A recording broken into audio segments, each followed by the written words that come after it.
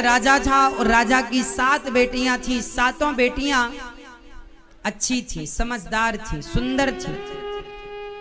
एक दिन राजा का दरबार लगा था। राजा ने अपने मंत्रियों से पूछा, मंत्री बताओ तुम किसका खाते हो? मंत्री ने कहा, सरकार हम आपका खाते हैं। प्रजा से पूछा राजा ने, तुम किसका खाते हो? प्रजा ने कहा, मालिक हम आपका खाते हैं। राजा को बड़ा घमंड था, अरे मैं सबका पालनहार हूं, मैं सबको खिलाता हूं। राजा ने अपनी पत्नी से पूछा, तुम किसका खाती हो? पत्नी ने कहा, सरकार हम आपका खाती हैं। बड़ी बेटी से कहा, बेटा तुम किसका खाती हो? पिताजी आपका। दूसरी से कहा, तुम किसका? पिताजी आपका। तीसरी से पूछा, पिताजी आपका। चौथी से पिताजी आपका। 5वीं, 6ठी, 7वीं बेटी से पूछा, बेटी तुम किसका खाती हो? उस बेटी ने बिल्कुल सही उत्तर दिया, पिताजी मैं तो भगवान का दिया अपने भाग्य का खाती हूं, ईश्वर का दिया अपने भाग्य का, जो मेरे भाग्य में है, जो विधाता खिलाएगा खाऊंगी। पिता को बात बड़ी बुरी लगी कि मेरी बेटी ऐसा कह रही है। उस पिता ने बेटी का विवाह, 6 बेटियों का विवाह तो अच्छी जगह किया, राजकुमारों के संग, लेकिन 7वीं बेटी के लिए मंत्री से कहा, जाओ इसके लिए ऐसा दुल्हा ढूंढ के लाओ जो अपने पांव से चल भी ना पाए, गरीब हो, खाने के 2 रोटी की भी व्यवस्था ना हो। जंगल में एक लकड़हारा था, लकड़ी काटने गया। अचानक उसे कोई रोग हो गया। वो जंगल में ही कई दिनों से भूखा प्यासा पड़ा था और दुबला पतला हो गया, मरने वाला था, 2-4 दिन में मर जाएगा। मंत्रियों ने बताया, महाराज जंगल में एक आदमी मिला है, बिल्कुल दुबला पतला, मरने की स्थिति। राजा ने कहा, उसी से मेरी बेटी का विवाह करो, छोटी का। उसने कहा ना कि हम भगवान का दिया, देखते हैं इसको भगवान क्या देते हैं। हम तो देखो अपनी बेटियों का विवाह राजा महाराजाओं से किया, महलों में रह रही हैं, अब देखता हूं किसका भगवान इसे क्या देता है। छोटी बेटी का विवाह उस पिता ने उस लकड़हारे से कर दिया। जंगल में अब 2 लोग रह गए, एक लकड़हारा और एक राजा की 7वीं बेटी। दोनों पति पत्नी के रूप में हैं। उस स्त्री ने देखा, 7वीं बेटी ने देखा कि मेरा पति तो चल भी नहीं पाता। उसने पूछा अपने पति से, आपको क्या बीमारी है? उसने बताया कि मैं जंगल में आया, पता नहीं पेट में क्या हो गया, मैं चल भी नहीं पाया और पानी देने वाला भी कोई नहीं बचा। अब वो लड़की पत्नी धर्म निभा रही है और अब वो लकड़हारे के संग है, सादे कपड़े में।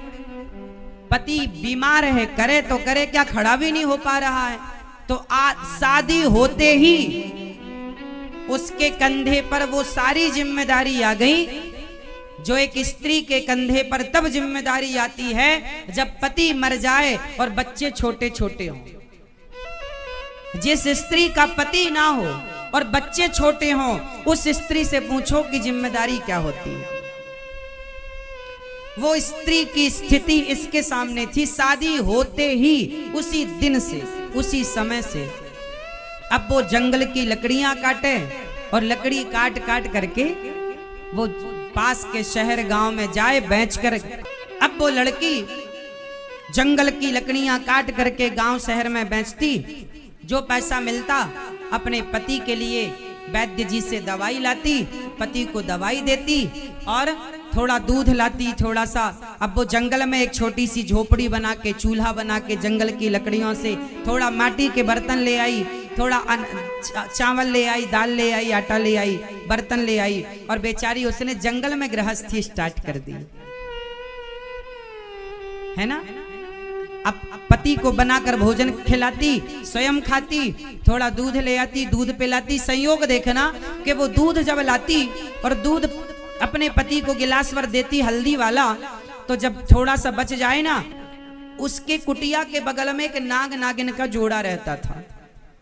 तो वो सांप सर्पणी जो थी वो दूध लाती तो रोज थोड़ा बचा के सांप को भी दूध पिलाया करती, क्योंकि उसके संस्कार, हम भारतीय लोग हैं ना, हम नाग पंचमी को नाग को भी दूध पिलाते। भारत का आदमी ऐसे ही होता, हिंदू आदमी ऐसे ही है कि सांप जहर देता है, लेकिन हमारी मान्यता हम उसे दूध पिलाते हैं।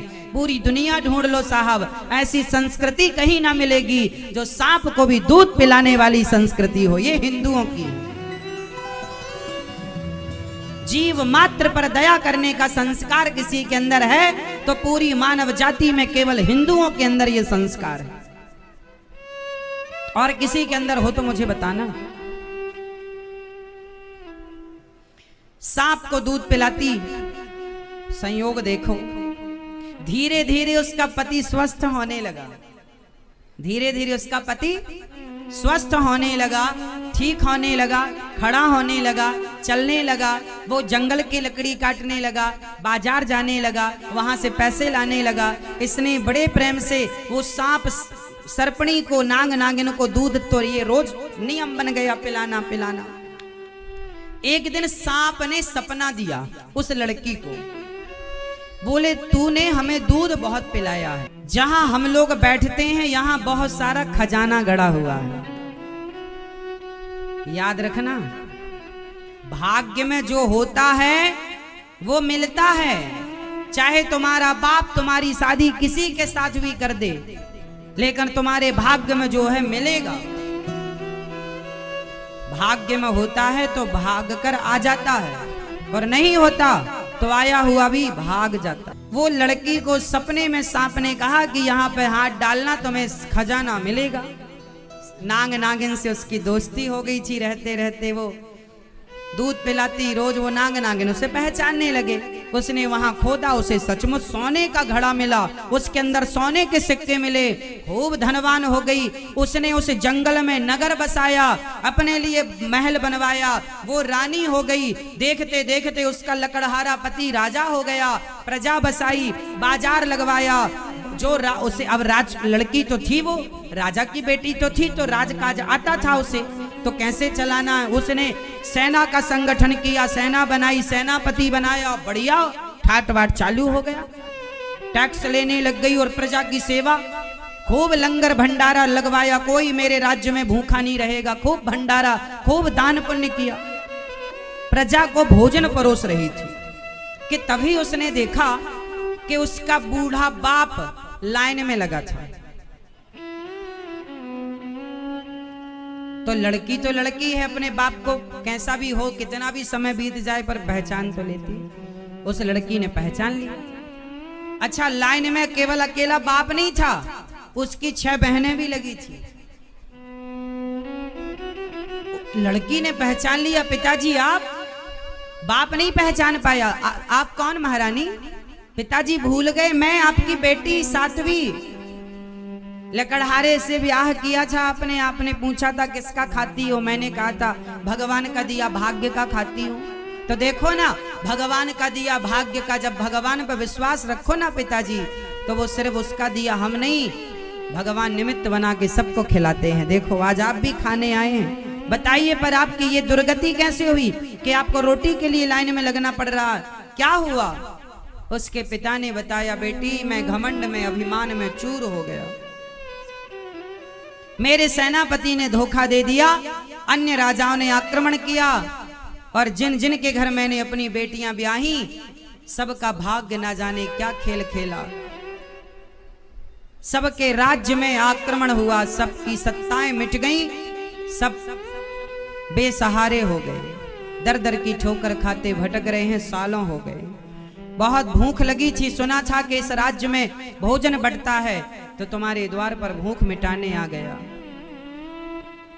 पिताजी, सबका पालन करने वाले भगवान होते हैं। भगवान हमें पैसा दे तो हमें ये नहीं सोचना चाहिए कि मैं पालनहार हो गया, मैं भगवान थोड़ी हूं। पिताजी, आपने अपने आप को भगवान मान लिया था, आपका अभिमान इतना बढ़ गया था कि आप सबसे अपनी तारीफ सुनते और कहते कि मैं सबका पालनहार हूं।